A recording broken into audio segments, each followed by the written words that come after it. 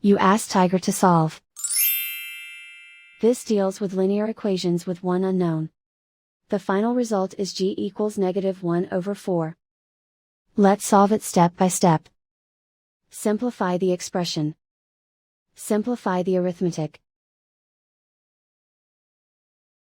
Group all constants on the right side of the equation. Add 2 to both sides. Simplify the arithmetic.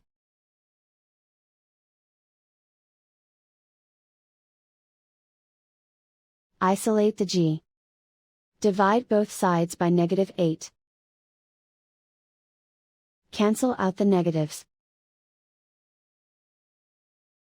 Simplify the fraction. Move the negative sign from the denominator to the numerator. Find the greatest common factor of the numerator and denominator. Factor out and cancel the greatest common factor.